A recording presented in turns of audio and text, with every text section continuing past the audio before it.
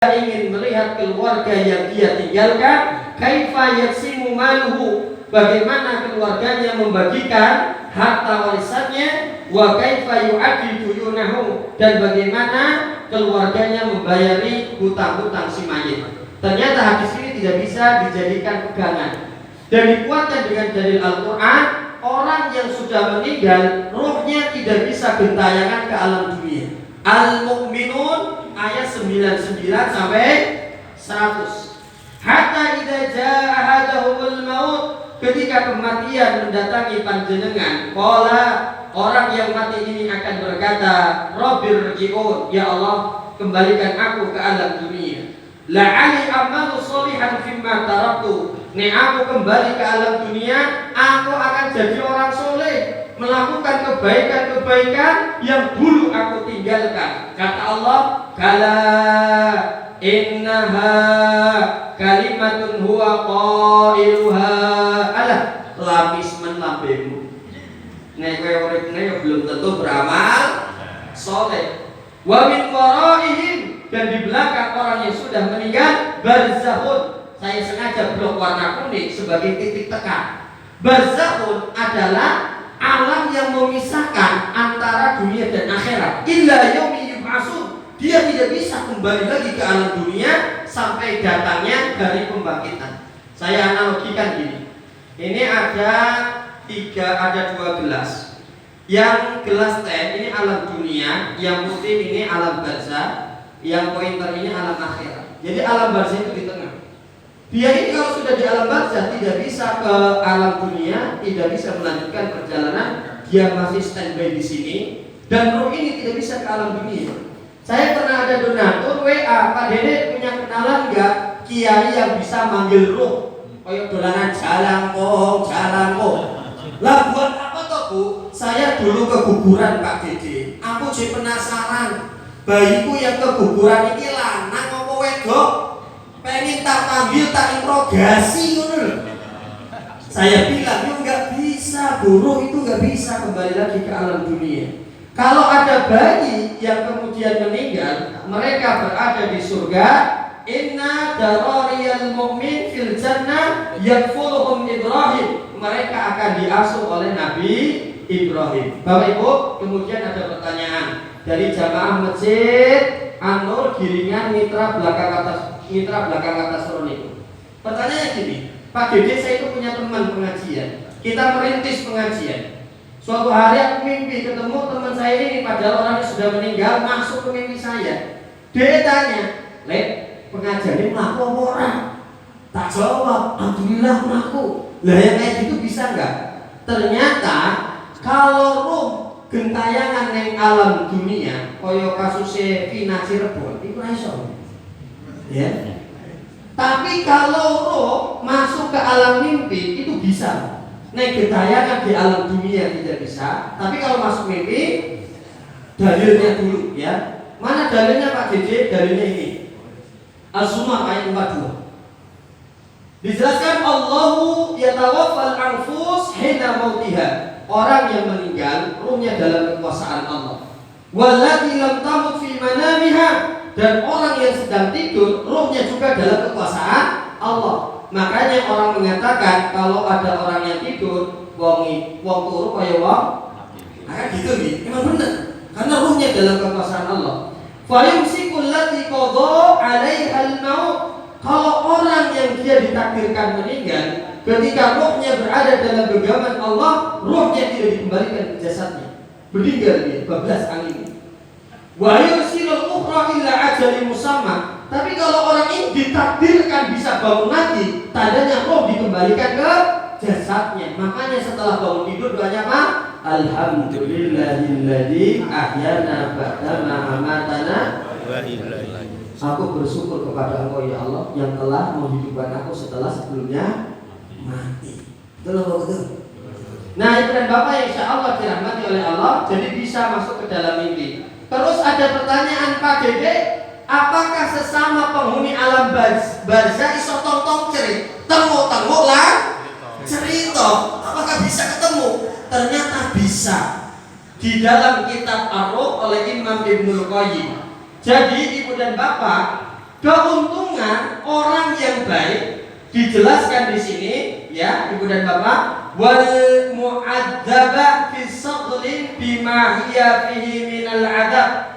Kalau orang yang jahat di alam barzahnya dia sibuk dengan mendapatkan siksaannya, makanya kan nggak mungkin dia sok layakan yang alam dunia lan dia sibuk yang akhirat disiksa kok.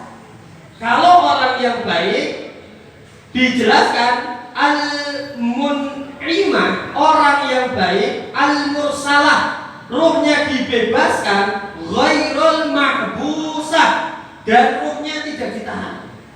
Sehingga di alam barzah tatalaqa, bisa saling bertemu, wa tatazawwar, mereka saling mengunjungi, wa tadakir, makanna minha fid dunya, mereka akan ingat dengan peristiwa di alam dunia.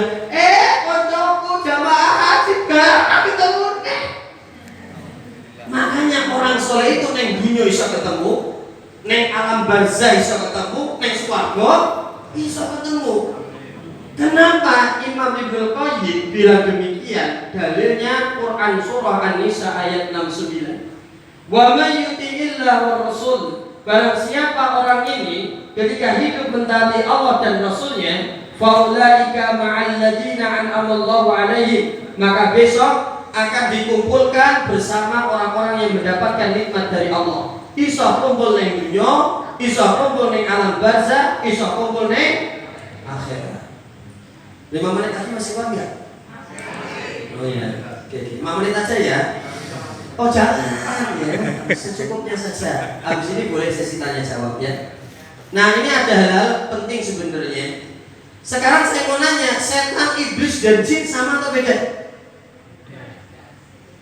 Kalau setan itu apa? Setan itu kata sifat.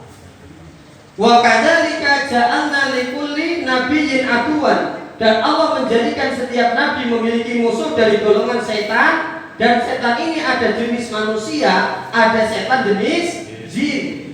Jadi setan adalah kata sifat. Jin sing brengkele disebut setan, manusia sing brengkele disebut sami. Jadi jin brengkele setan, manusia brengkele setan. Jadi setan itu kata sifat. Kalau iblis adalah nama bangsa jin. Iblis ini nama aslinya Azazil, dan iblis inilah jin yang tidak mau sujud kepada Adam. Kalau jin makhluk yang Allah ciptakan dari bara api. Jadi kesimpulannya setan itu kata sifat, iblis itu nama, jin itu makhluk dari api. Pak Dede ngapunten, apakah orang itu bisa lihat jin Pak Dede? Saya kemarin ngisi acara rombongan haji dan umroh di daerah Jawa.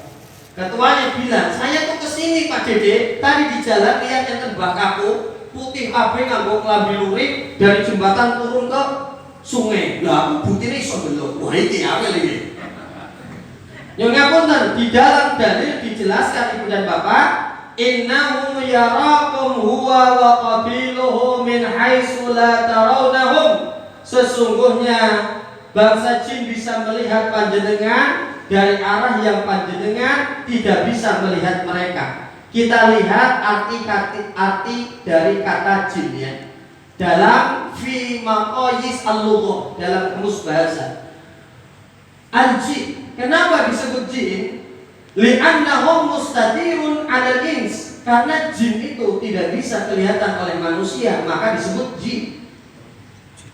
Janin itu bayi yang masih di dalam perut mak. Kenapa disebut janin? Li'anna mustatirun fi batni ummihi, karena bayi ini tidak bisa kita lihat, maka disebut janin. Jannah itu kan bahasa Arab dari surga. Kenapa disebut surga?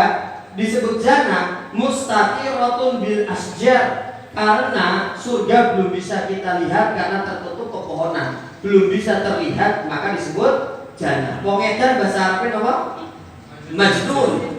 Kenapa disebut majnun? Li'anna aqluhu mustatir, karena akal sehatnya tertutup.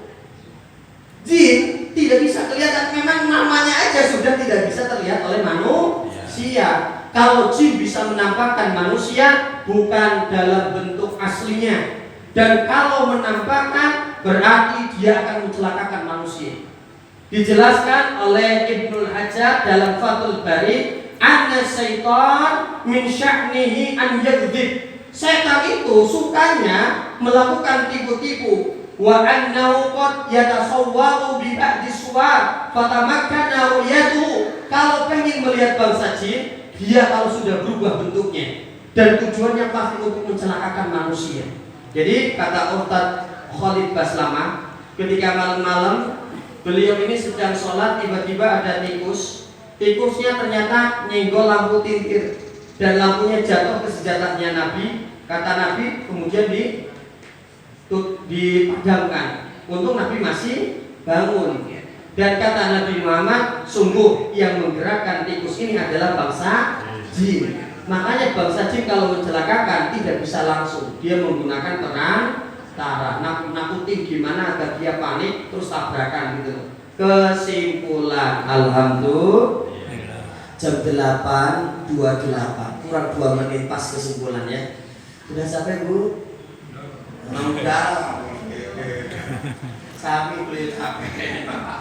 Yang penting sesi tanya jawab habis ini ya, sekitar 15 menit gitu. Kesimpulannya apa Pak Dede? Kesimpulan perjalanan roh, kalau dia ini orang yang baik. Orang yang baik itu yang pertama, rohnya akan diperlakukan dengan baik oleh malaikat. Dia akan ditarik dengan lembut, dengan penuh adab. Kemudian ketika keluar bau harum, dinaikkan ke langit, malaikat geger kabeh, kemudian ditulis dalam kitab Eliyin dan dikembalikan ke alam barzah. Dia istirahat di alam barzah, nunggu datangnya hari kiamat, tidur sebagaimana tidurnya pengantin baru. Itu orang yang baik. Kalau orang yang jahat, rohnya akan ditarik dengan kasar seperti menarik kain wol yang basah yang dijemur di kawat yang berduri. Ditariknya sudah berat, menderita. Rohnya ketika keluar bau busuk yang sangat menyengat, dinaikkan ke langit, malaikat yo geger kabeh, ambune kecingen aja mah. Kemudian ditulis di dalam kitab siji. Kemudian dikembalikan ke alam barzah dan dia tersiksa di alam kuburnya, tergantung tingkat dosanya. Ada yang disiksa terus menerus, ada yang siksaannya diringankan bahkan dihentikan. Selesai, alhamdulillah. Saya buka sesi tanya jawab, boleh sesuai tema, boleh di luar tema. Silakan, 1 termin.